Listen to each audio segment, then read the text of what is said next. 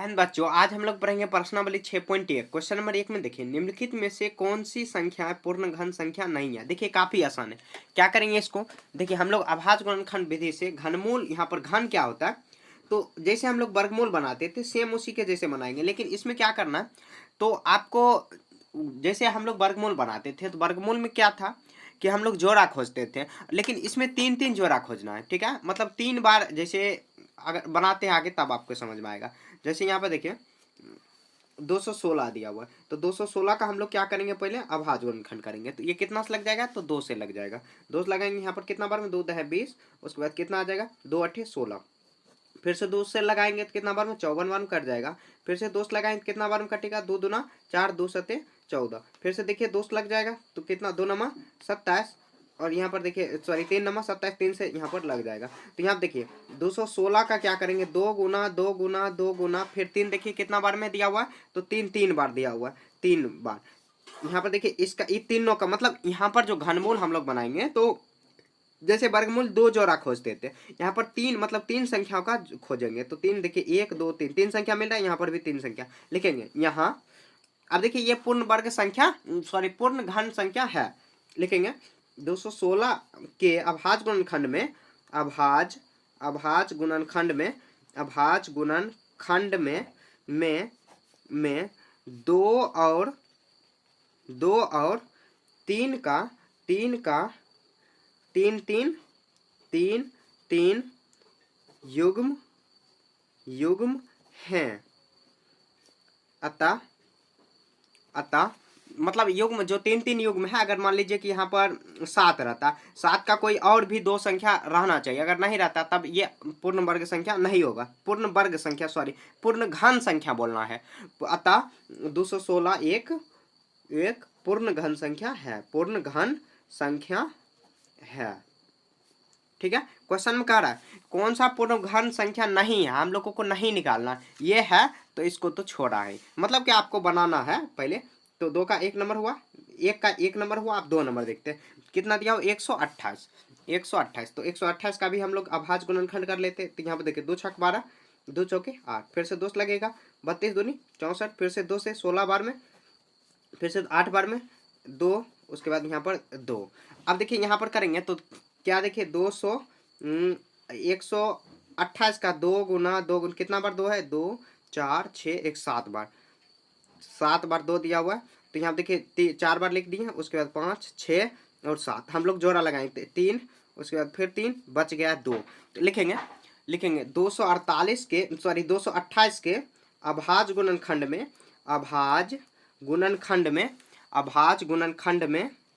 में 2 अतिरिक्त है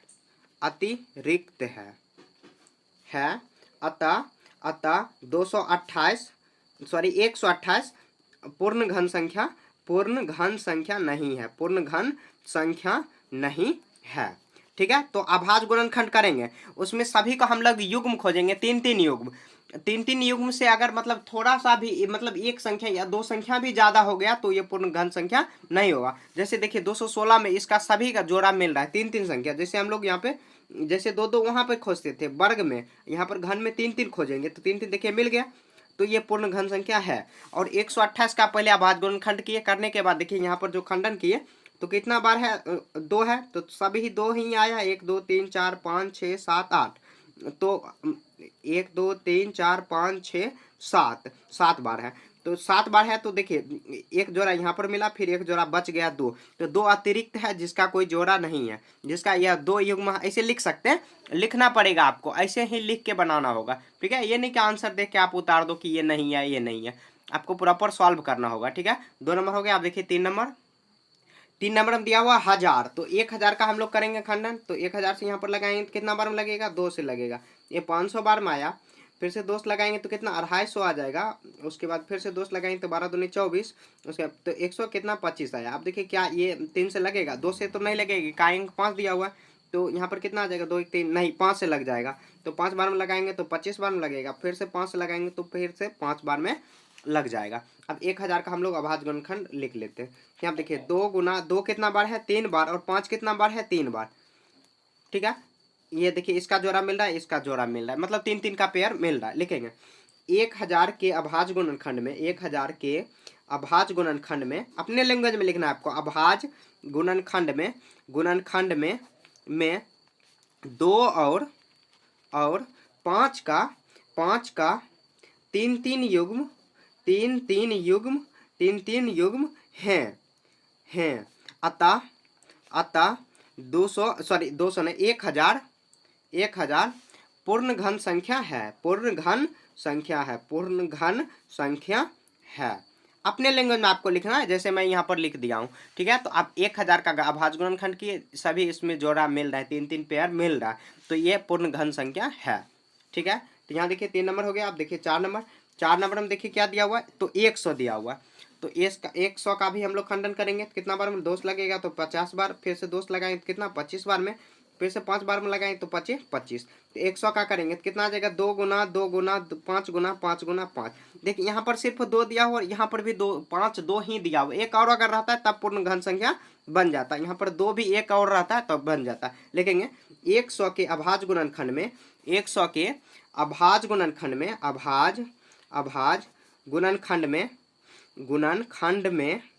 में 2 और 5 के 3 युग्म नहीं है, ठीक है। इसलिए नहीं, ऐसे लिख देंगे, अतः 100 पूर्ण घन संख्या नहीं है, ठीक है। हम लोग आसानी से इसको समझ रहे हैं। यहाँ पर देखिए लिखने में थोड़ा सा दिक्कत है। तो 100 का अभाज्य गुणनखंड की अब 3 का पेयर नहीं मिल रहा है, मतलब युग्म नहीं मिल रहा है, तो इसलिए यह क्या है, पूर्ण घन संख्या नहीं है, ठीक है। 5 में देखिए क्या दिया हुआ है, 46656। तो हम लोग लिखेंगे 46656। देखिए कितना बार लग जाएगा, तो ये इकाई अंक दिया हुआ है इसका 6, तो 2 से लग जाएगा, तो 2 से हम लोग लगाएंगे। तो 2 दूना 4, 2 तिया 6, 2 तिया 6, 2 दूना 4, 2 8 16। फिर से 2 लगाएंगे तो कितना आ जाएगा, तो 11 दूनी 22, यहाँ पे 2 छक 12, फिर 2 छक 12, 2 चौके 8, फिर 2 लग जाएगा, 2 पचे 10, 2 8 16, 16 हुआ। उसके बाद 2 तिया 6, 2 दूना 4, फिर से 2 लग जाएगा तो कितना बार में लगेगा, 2 दूना 4, 2 नमा 18, यहाँ पे 2 एक कम 2, 2 छके 12, फिर से 2 लग जाएगा तो कितना बार में लगेगा ये, तो ये 14 दूनी 28, उसके बाद फिर 2 पचे 10 और 2 8 16, फिर से 2 लग जाएगा, इकाई अंक काट दिया हुआ, 2 सत्ते 14, फिर यहाँ पर 2 दूना 4, 2 नमा 18, तो ये 729 दिया हुआ, तो कितना 3 से लग जाएगा, क्योंकि देखिए इकाई अंक 9 दिया हुआ और सभी अंकों का योगफल 3 से कट रहा है, तो कितना बार में कट जाएगा, 3 से। 3 दूनी 6, 3 चौके 12, 3 तिया 9, फिर से देखिए 3 से लगेगा, तो ये 4 हाँ 3 से लग जाएगा, 3 8 24, उसके बाद 3 एकम 3, फिर 3 से लग जाएगा 27 तिया 81, फिर 3 से लगाएंगे 3 नमा 27, फिर से 3 से देखिए लग जाएगा 3 तिया 9, कितना है, कितना हो जाएगा, तो 46656 को हम लोग गुना में लिखेंगे, कितना 3 6, तो यहाँ पर 2 बार 6 दिया हुआ है, मतलब जो 2 का पेयर दिया हुआ है 6 बार, 2 का यहाँ पर 6 बार करेंगे। उसके बाद देखिए 3 कितना बार दिया हुआ, 3 भी 6 बार गुना किया दो, तो 3 भी 6 बार कर देंगे।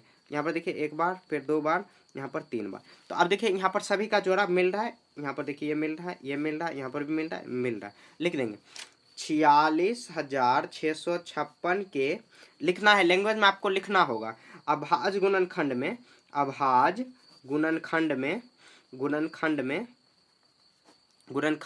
में सॉरी यहाँ पर थोड़ा हिल रहा है ये ट्राइपॉड, तो अभाज्य गुणनखंड में 2 और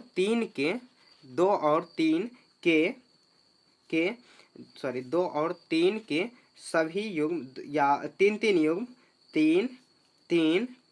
युग्म हैं, अतः 46656 एक पूर्ण घन संख्या है। समझ गए। अब देखिए क्वेश्चन में था क्या, पूर्ण घन संख्या कौन नहीं है, तो देखिए कौन नहीं था, तो हम लोग सॉल्व कर चुके, ये नहीं था और ये नहीं था, बाकी ये भी था और ये भी था और ये भी था, तो 2 संख्या जो है कि पूर्ण घन संख्या नहीं है। आपको डायरेक्ट लिख नहीं देना, आपको ऐसे प्रॉपर सॉल्व करते हुए आपको दिखाना है कि कौन पूर्ण घन संख्या है या नहीं है, ठीक है, तो कैसे है, तो हम लोग 3 3 जोड़ा लगाएंगे। जोड़ा अगर एक भी इधर से उधर हुआ तो पूर्ण घन संख्या नहीं होगा, और अगर है सभी का जोड़ा मिल रहा है 3 3 का तो होगा, नहीं तो नहीं होगा, मतलब पूर्ण घन संख्या होगा नहीं तो नहीं होगा। ठीक है, थोड़ा सा कंफ्यूजिंग है, कंफ्यूजिंग नहीं, एक बार आप समझ गए आराम से आप बना सकते हो। ठीक है, तो क्वेश्चन नंबर 1 का हम लोग पूरा कंप्लीट कर चुके हैं।